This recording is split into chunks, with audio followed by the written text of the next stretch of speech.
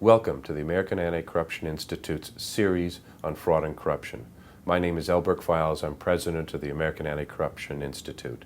And I'd like to welcome today the Right Honorable Bruce George, a master in electoral fraud and corruption, not only in the UK, but over 100 countries around the world as an electoral observer. Thank you and welcome, Bruce.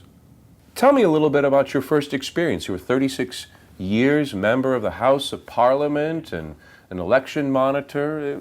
Let's start with your very first election. My first election was a disaster.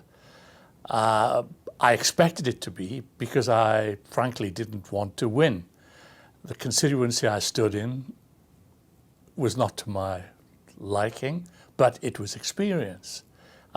The trade unions run the Labour Party, always have done and probably always will. But they slipped up in my case and I won an I was selected because they didn't put a candidate. If they had, he would have won because that's how the Labour Party operates. So I slipped through the system. But anybody who runs against a trade union in British politics, if they're Labour, makes a big mistake because the trade unions, which I idolize, it's so important to have trade unions. But what I don't like about British trade unions is that in the Labour Party, they control the Labour Party. And I frankly don't like that. So your very first election Was a disaster. Disaster, and there was mischief afoot in the election. Well, I didn't mind losing. It was just experience. And I knew, however competent I thought I was, I knew it would take some time. Because if you didn't have the support of the trade unions, it would be very difficult to win an election. As I said, I slipped through the system because they didn't think Walsall South was winnable. But once I was there, and the unions, I supported the unions because that's the only way you operate in British politics. Bruce, tell me about your experiences running for office. You stood for how many elections over 36 years? 9. 9? And 9 wins. My only regret in life, 10 would have been much easier. And for all sorts of reasons I don't want to go into. I don't want to criticize my successor. But 10 is neater. But I quit. After 9, I'd had enough, and I thought I have other things to do. Mainly, all I was doing before that, without the tedium of having to grovel to the trade unions. And I have been studying, writing, lecturing, having a wonderful, wonderful time. And do I have any regrets about not being a member of Parliament? Not the slightest. It seems a tenet of life in the West that one man, one vote is an absolute right. Why do we cling to that idea, and how do we abuse it? We cling to the idea because it is the only way democracy can operate. Unfortunately, not all countries in the world are as honest as the UK is, and I must add, we're not particularly honest. It's a question of we are less crooked in the UK than most other countries. So I have become very cynical in my long, long career. And I was very fortunate that Parliament was very happy, for various reasons, to fund my foreign travels. So it meant I probably visited over 100 countries. Most of them were crooked as hell. I never accused them of being crooked because you'd end up face on the ground if you were lucky. But I was able to talk to people, to get their views, to recall exactly what I heard, and that produced in my mind this concept that the whole world is corrupt. It is just a question of degrees of corruption. Some countries are endemically, totally corrupt. They kill their opponents. No, we haven't done that for about 300 years in the UK. I'm not quite certain about the US. But you do, if you are a student of politics and government, then it is impossible to emerge from that lengthy process, as I have done, without being very, very contemptuous of politicians throughout the world. I would not accuse all of them. There are very many absolutely honest men and women of the greatest, what word can I use? Integrity. But they are grossly outnumbered by those who have no principles other than making a vast amount of money and supporting a corrupt regime, or participating in a regime, or running a crooked regime. And the numbers are endless. What mischief in elections have you seen here? What did you experience? Well, when people talk about corruption, they often simply consider the national government and whether it is corrupt.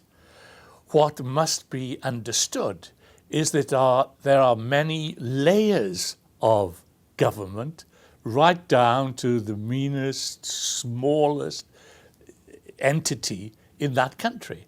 And you have to look farther down the list, looking for levels of corruption.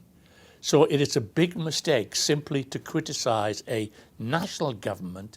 You have to analyze the political, economic system of that country, and you will find layers of corruption which can be as devastating as just what the national government does. But the national government sets the scene. If the national government is corrupt, then it just spreads down. In the past, there's been the philosophy, if you will, that to be a right and fit voter, you have to have a certain amount of, if you will, skin in the game, where a voter has a certain relationship to the outcome, such as property ownership or something similar like that. Do you think that helps, hurts? Well, if you're a Democrat, it hurts.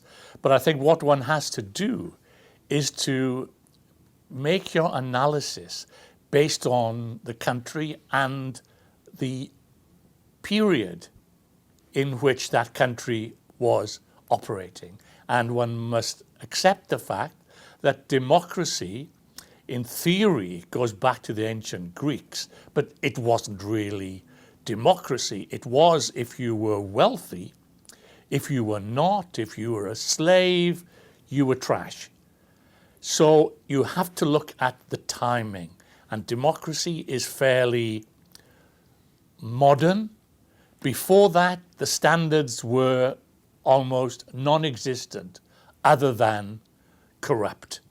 There was no democracy. People who held power were often evil, and they made vast fortunes until another group of people took over and probably killed them or forced them into exile.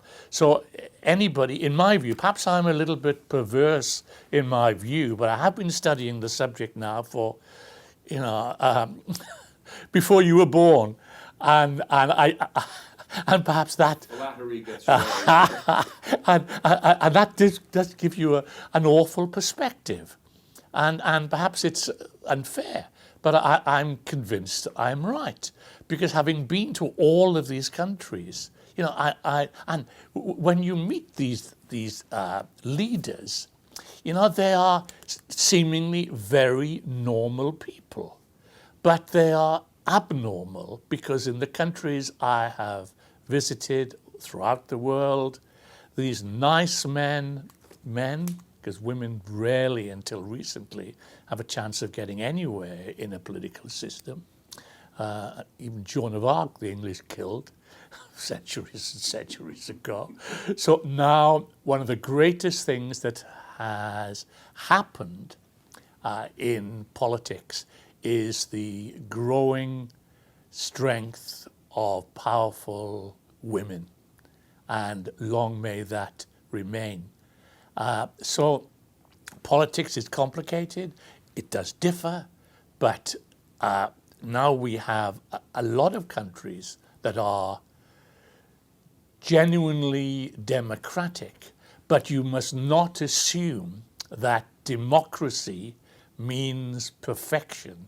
It means that it has a lower degree of, a greater degree of an awareness of corruption, but it is there almost everywhere. I'm not accusing everybody. So many of my friends in politics are men and women of great integrity. But even in democracies, there are degrees of corruption. And I said, and all the way down the system. And that has to be countered as best we can. But what chance have we got in countering corruption in countries which have been bred on corruption? As you understand, democracy is truly a Western concept. Are we in the West forcing the idea of one man, one vote onto cultures where they just may not be ready for it? We'd like to put pressure on them, but we have little influence over them. We have a difficult enough job to maintain democracy in countries purporting to be democratic. If you look at, and there are so many books, many of which I have in my enormous library in my homes, one in my former constituency and one in London, and you can, you can just see and smell the stink of corruption in so many of those countries. I said I've been to over 100 of them.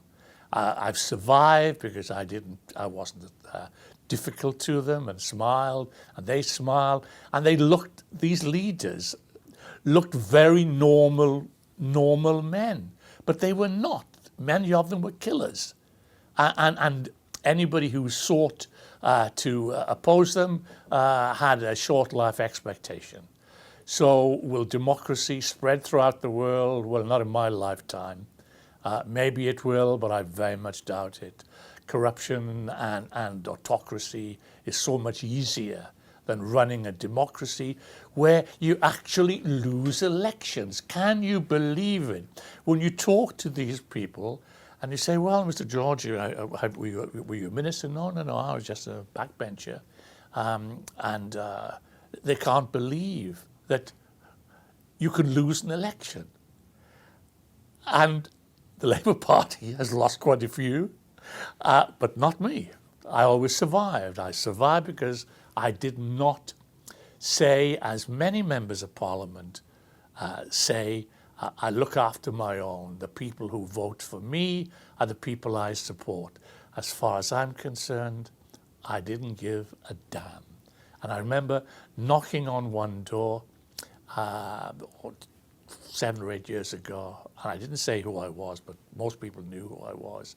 And I said, I hope, I'm calling on behalf of the Labour Party, I hope you vote Labour. And this guy said, I'm not voting Labour. I thought, damn. He said, I'm not voting Labour, I'm voting for you. And that's how I survived. I did not ask people, as many people do, even in democracies, who do you vote for? It's not my job. My job is to serve the 50,000 constituents, whatever, in my constituency. That reminds me of something a former Speaker of the U.S. House used to say, Tip O'Neill. He said, all politics is local. Partly true. Bruce, does it strike you as a conflict of interest where the establishment the people who are in office actually run the election for the replacements?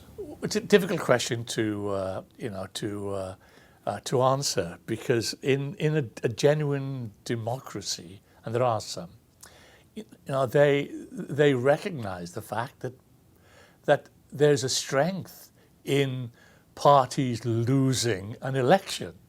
Now, it sounds perverse, but parties can run out of not just of time, but of what to do. And the leadership can get bored, can get old, and be out of it. And so that party that loses an election, it's almost doing them a favor, perverse though it seems, because it means a new generation who have been middle-ranking politicians can then move up into a higher level. And the party that loses has time to repair, to find new people, to have new ideas. And that's what the democratic process is. You win and you lose. And when you lose, you take your beating and use that period to win, if you can, the next election. But if you are stupid, and I can recall a number of parties that have been seriously stupid, they don't take that advice seriously, and they run policies that are aimed at a tiny percentage of the population, often if they are left-wing, and they lose their own potential supporters, who then might go off and form another political party. So it is deeply stupid to just look at a percentage of the population and think you can get away and win an election. I was thinking more of the establishment running the elections so that the establishment remains the establishment. Well, then that would be corrupt. And there is corruption even in democracies. But very often the public suss that out, and they see, because the media, which tends to be in the UK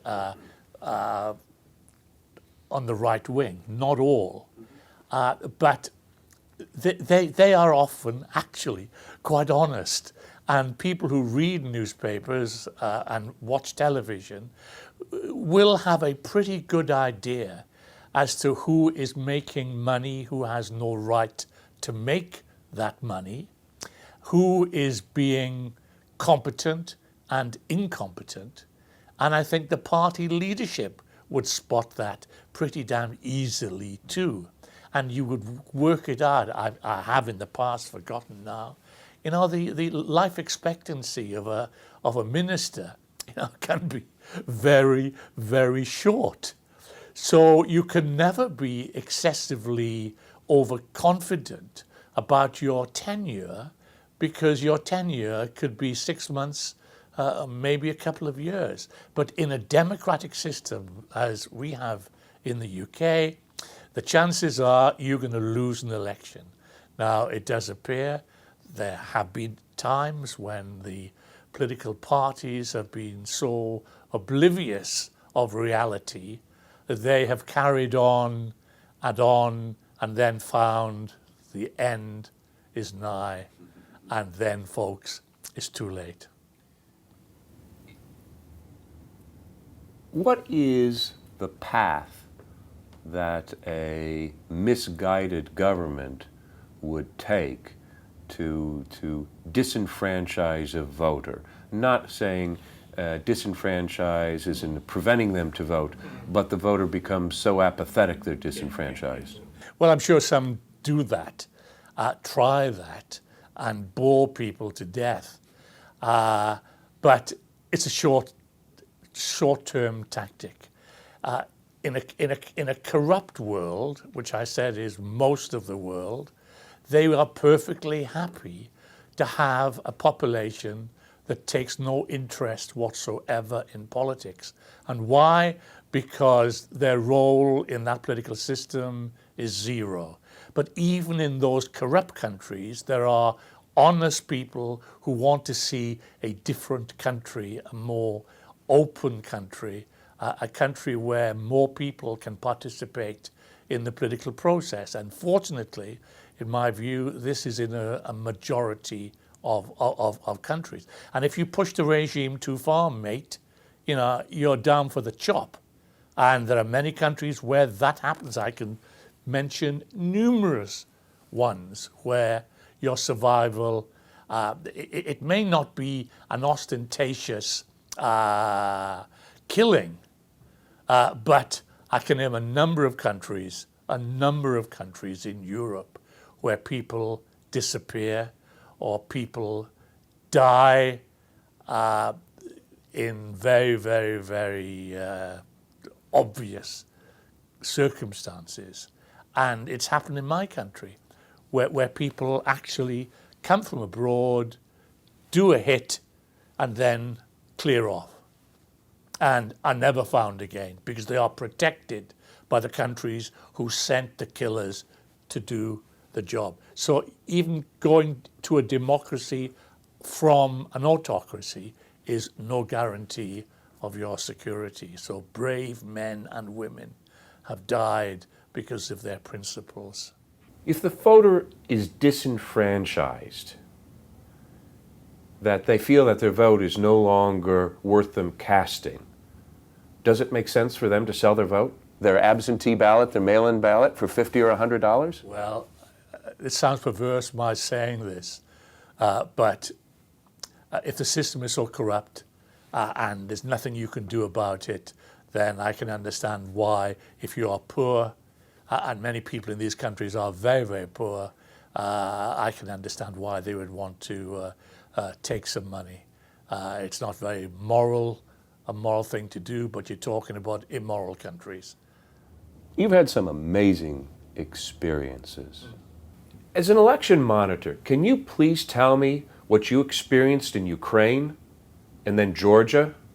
I have an enormous admiration for the people of Ukraine, who have suffered over the centuries from the most evil regimes. But there have been periods in Ukraine and in Georgia and in many countries where that rule of the evil is broken. And the countries have gone through a period of democracy. And I've been to many of these countries. I've offered them advice. It is often taken. And I have loved going to countries like Ukraine and Georgia.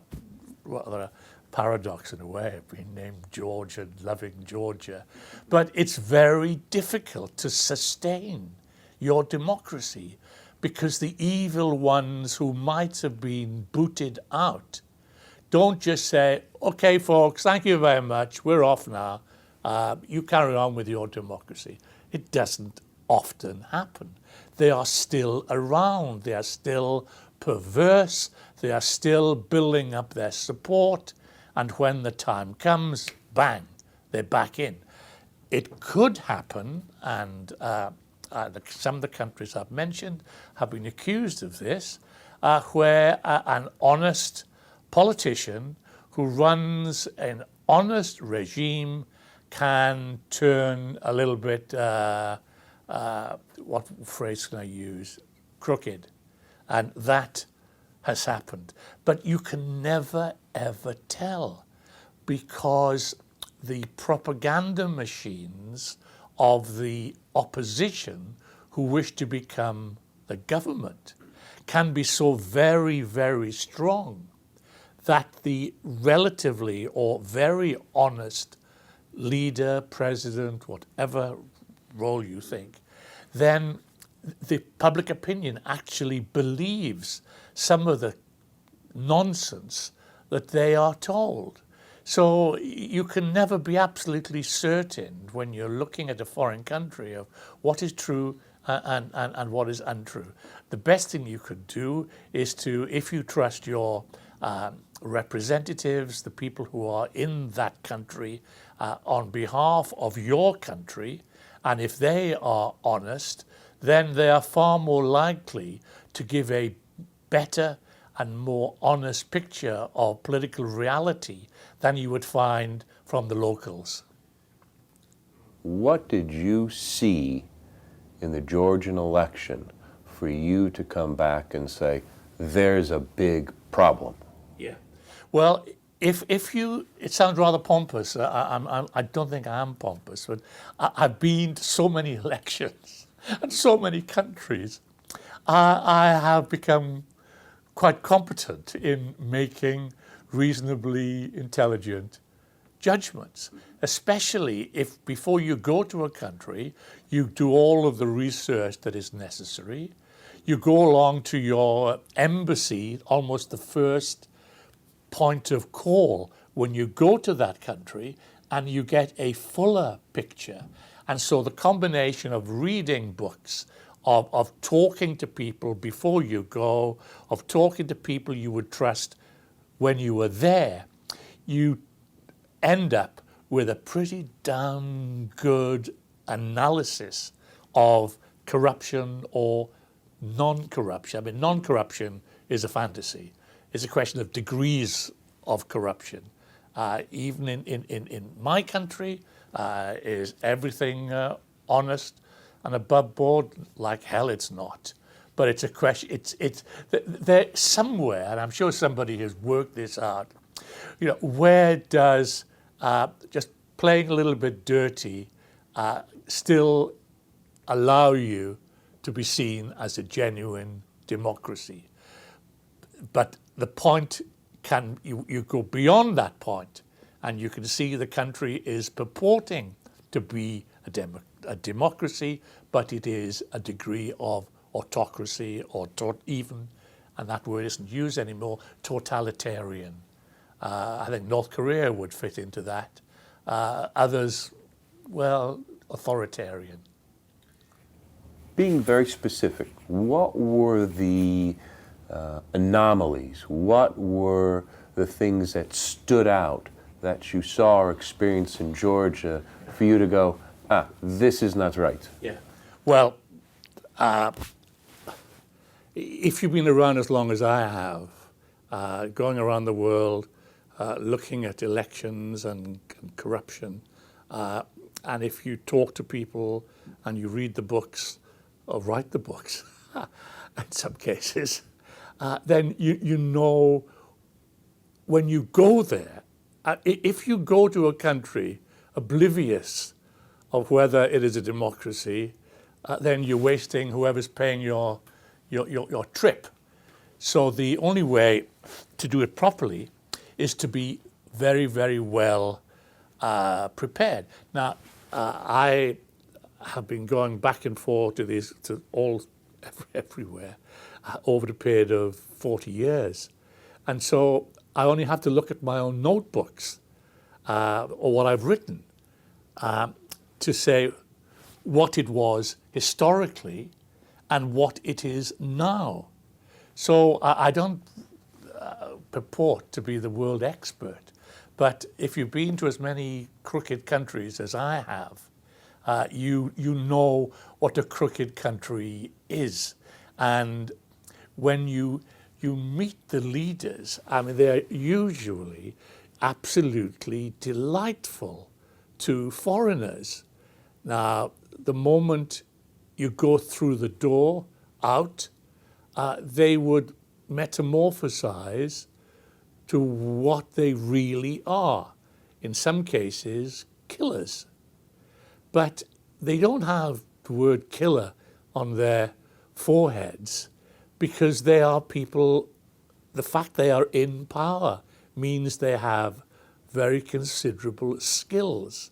And those skills can overwhelm anybody who is naive into thinking what a wonderful country this is. I remember going to one country, I won't say where, the leader was a delight. I was with him for 2 hours and we talked, and I I said, oh, look, Mr. President, you are very, very popular. You keep winning elections. Why, forgive me for saying this, but, you won the last election with no opposition.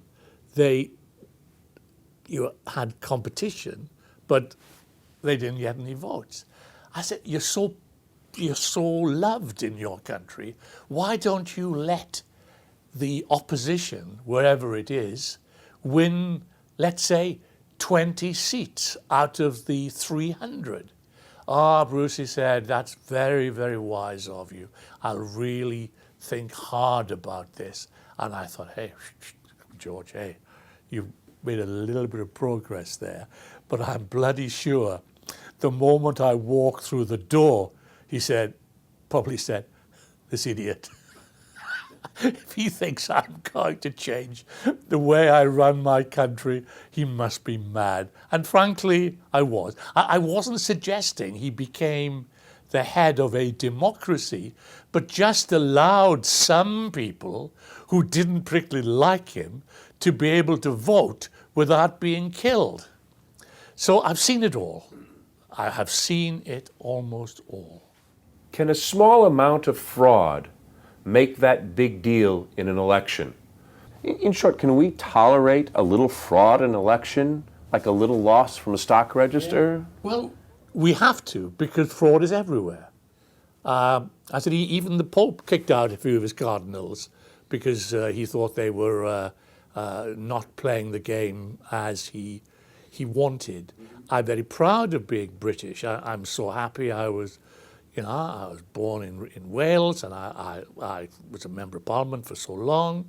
I'm very proud of my country, Great Britain, and I've seen it decline in my lifetime, but it is reasonably democratic, and reasonably the politicians are men and now women of integrity.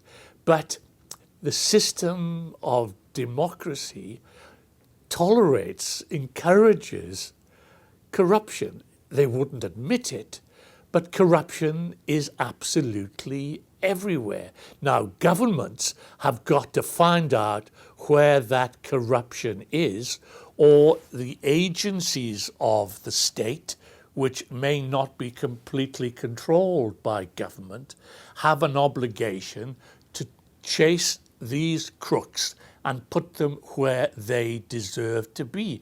In the UK, it is happening. It is happening. Is it happening enough? The answer is no.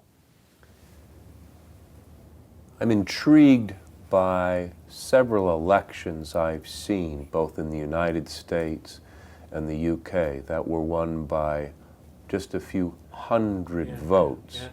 And I can imagine that the invitation to mischief in the close elections is even greater. And I'll read you the little story I clipped out of the news. A Margarita Del Pilar became a Margarita Del Pilar became a permanent legal resident of the United States in 2004. She promptly applied for an Illinois driver's license and registered to vote at the same time, then cast a ballot in the 2006 congressional elections. When she applied for naturalization in 2007, she admitted that she had voted in an American election. Of course, if she had not applied to become a citizen, she could have continued to vote illegally with almost no chance of being detected.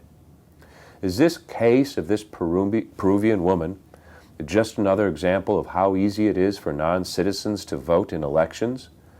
Are there apparently some politicians who want to ensure that they continue to do so without getting caught? I think you're right. I mean, I have read the story of this lady, and when I think of the corruption in the United States, I see this as almost trivial.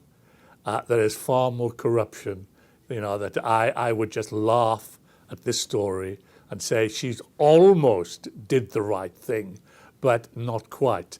I can think of, there must be hundreds of thousands of people who have done infinitely worse than she did. She was almost a citizen, and she has had a bad time as a result of getting caught by, I would have thought, a triviality. I think the US should do far more to find out who the real crooks are in their society, and it can be pretty high up, but I must say, I love your country, I'm married to one of its citizens, but I would just hope that the greatest democracy in the world, by far the United States, would do infinitely more to clear the rubbish out of their political system. But I don't think any president would have the power to do that, because there are too many who are quite happy to maintain the current status quo. So when you look at subverting an election, what is the purpose behind it? Is the purpose money? Is it ideology? What are the purposes behind subverting a vote? Everything. Everything. Even if it wasn't money, it is just power. There are people who just want power. The power to kill, the power to do what you gain from, or the thrill of being top of the heap. There's a whole bundle of reasons, and in some cases they're all combined into one person. I said I have been and met so many of these people over the years, and they are seemingly genuinely human beings and very nice people. But you know, the moment you walk out of the door, they probably say, keep this man out, I don't want to see him again. And I've been to so many countries which are totally rotten and corrupt. And it's rather perverse to like going around those countries. But you have to go around these countries actually to know how the political system works throughout the world. And it makes you very, very skeptical about politics and politicians, I must add. I know a lot of politicians who are absolutely bloody, well, almost absolutely decent men, and thankfully more women. But I'm afraid, in my view, they're a minority. What over the years, in the true saturation of your deeds of seeing elections, monitoring elections, what has caused you the most outrage? I must confess that although I'm outraged by almost every election I've ever been to, you know, if you want to stay sane, you can't be too outrageous, at least until you get beyond the border of the country that you have just visited. And then you might want to go there again. So one has to be sensible about these things and say, this is what the world is. But what was the seminal event? One that was the one that just drove you or still bothers you? When I found examples of corruption in my own country, and that made me sick. And I'm afraid that is why I am rather skeptical when people talk about, oh, well, we're better than anybody else. I think we are. However, there is corruption in my country too. What was the example? What was the electoral corrupt event that bothered you, that you found? Oh, very easily to describe. They could just fix elections. They can, they can bribe people to vote for them. They can do it in an even more sophisticated way. If you are in charge of who is allowed to vote, it is a clear example of where you can fiddle the system.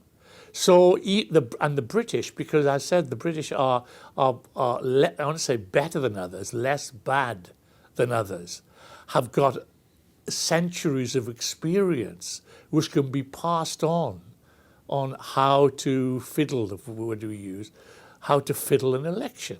But in fairness, and I must say, to allow me to go back to my country, and that is, it's far worse. And by saying it's far worse, you're talking to somebody who's been everywhere and has seen so much that I am in a very good position to make a judgment of where we would be in a league table. And it changes. Anybody with a knowledge of some countries would see that they were desperately corrupt 20, 30 years ago and are not now, which is the most democratic country in Europe. Mrs. Merkel and her country, which was the most corrupt country in Europe and possibly the world under Nazi Germany. And they were, it wasn't the Germans that kicked them out, it was my country and your country and the British Commonwealth who defeated Nazi Germany. And if ever a country metamorphosized, it's Germany. From the most corrupt country in Europe to being the most honest country led by a woman, I find that spectacular. The example you gave on Hitler and Germany is an absolute perfect example of when a democracy is just a path to a tyrant's rule. One man, one vote, one time. And we see this more and more. It happened in Egypt under Morsi. It happened in several African countries after independence. One man, one vote, one time. How do you break that cycle without the tremendous investment in military, economic damage and people's lives? I think the only way is that the public themselves would be fed up with the system.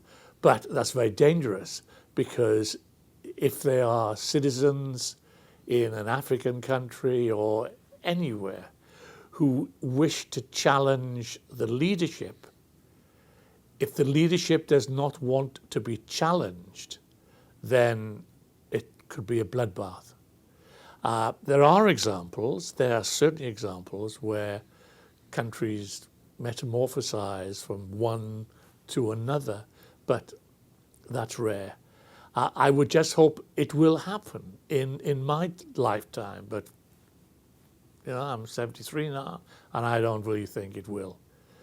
You will have countries changing one way or another, but it's not going to change much. Before I transition to questions about solutions, what else do you want to say on electoral fraud, what you've seen? It would take me till Christmas to get beyond the first part of my analysis, because it is simply so enormous. Democracies, genuine democracies, are a minority in this world and will remain so. And even the democracies like the United States, I could spend from now for over a long period to being critical of your political system. I could criticize my own, but not to the extent of the United States, a country I revere. Too much crookedness built into the system. It's always been there. I suspect it will always remain there. Is the corruption of the electorate a threat to the democracy? Well, democracy survives in the United States despite the corruption. I think there are just degrees of corruption, and I can't tell you the point at which legitimate corruption, and that's a contradiction of terms, legitimate corruption can reach a certain point where it can remain a democracy, but at some point, it changes from country to country, then that country will move from being, well, a sort of democracy to, a sort of autocracy. And I think it depends on the country. I think it would be a very brilliant person who could create a formula for where people slip into democracy or people slip out of it. Much has been written on it, but I just don't think it's very credible. Bruce, we've talked a lot about electoral fraud and subverting the process. What do you see are some of the cures? What are some of the things that you see that can make a difference in the future of our elections? Should people be required to provide an ID before they vote? Yes, of course. Of course they should, and they do. But the crooks in my country, and they're probably not as good as the crooks in your country, would find a way around it because they are smarter and they can hire people who are ostensibly legitimate and ask, how can we get round this? And there are endless ways. I spent a lot of my time before and since I retired where the crookery can begin, how it is implemented, and what the consequences are. But at least in my country, it is still a democracy. At some stage, and I don't think it will ever change, a country can slip over from being, reasonably democratic to, a little bit authoritarian. And I cannot tell you exactly where that tipping point is. But having spent so much of my career studying and writing on corruption, elections which are corrupt, and all of the subjects I have focused on, all can be brought together into one category of electoral corruption. And it is everywhere. It's a question of degrees of corruption. Paper versus electronic vote. Do you feel comfortable with electronic voting, voting from your desk at home via email or some type of similar mechanism? They'll fail. Well, if you're doing it from home and you're corrupt, it's wonderful for you. You can be corrupt from your home without having to go to a polling station and cheat there. Aren't you worried about the control mechanisms behind an electronic vote? Whatever control mechanisms a decent country can devise, I can assure you the crooks will find a way around it. So would you prefer a paper vote over an electronic vote? It doesn't really matter. If you're going to cheat, you'll cheat. What about using independent election contractors, someone who's completely independent from the jurisdiction to oversee a vote? That might sort of work, but it depends on the integrity of the people who have been given the job. Now, you can be, I never earned more. I think the maximum salary I ever earned was $30,000. There are people who wouldn't go down the bloody road for that. So it depends what the levels of integrity are. If somebody thinks it's worthwhile, giving you a fortune, then it'll be very, very difficult to resist. Maybe I've been too contemptuous of my fellow men, and I say men. But I have seen so much in my 50 years or so of studying politics to be other than skeptical about my fellow men. As an election monitor over the years, what did you find to be the most effective means, and it's a two-part question, for running the election and then auditing the results? Depends on the country it is being audited. I've done it in my own country and not been entirely happy, because however clever you are, they're smarter than we are. But the key is if the population has a majority of people who are decent, who want to see a good election. If they lose, they lose. Because you know, in a democracy, you can have a chance next election or the one after if you present adequately competent assessments of what you are going to do. But I'm afraid the UK, and I've said many times I'm critical of my own country. When I go to every other country in the world, I puke. I find it unacceptable about world politics, which is generally corrupt. International organizations tend to be much better, but depends on the international organizations. You know, you would think I would be desperately unhappy with all of my perverse views or views on the perversity of politics. No, I'm very happy, very happily married. I know who's the boss in our house. It's not me. So it makes you feel. It doesn't make me feel ill. It doesn't make me feel. It makes me feel ashamed at the world I live in.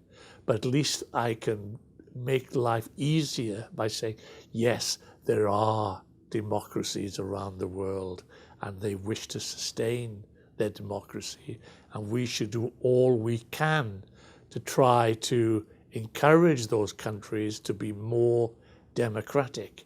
But for every time you get a success, you get a failure. How would you do it if you were going to go back to your old district? Going to go back to your old district. How would you ensure, not yourself running for office, how would you ensure a clean run and then provide for a decent audit of the results? It's difficult. It might seem a simple question. It's a very difficult question. My former constituency, which I still live in, I love.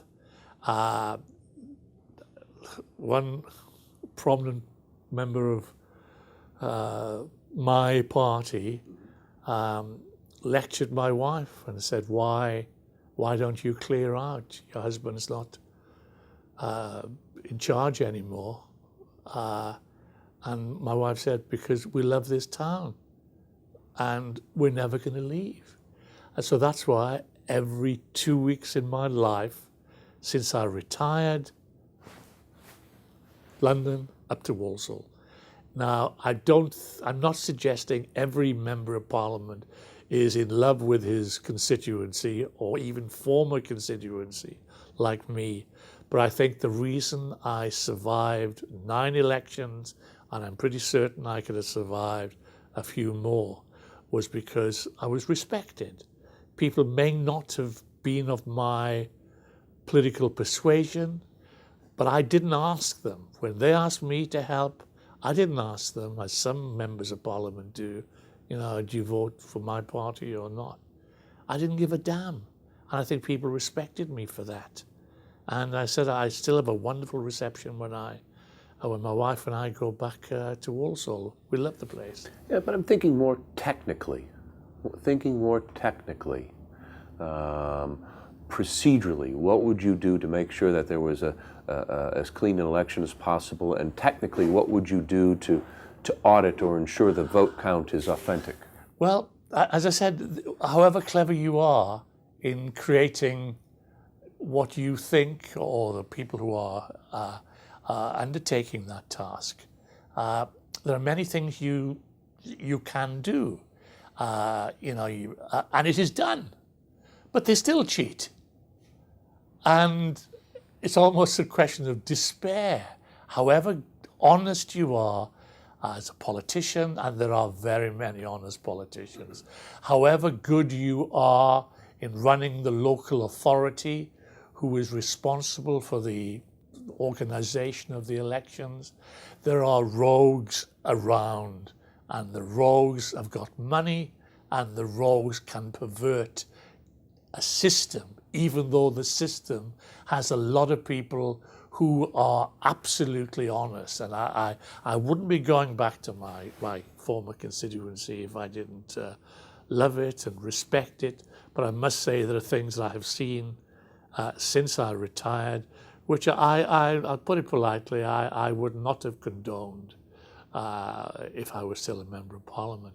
But then once you leave the job, you're out of it, and people forget you, and you have to move on. So I move on.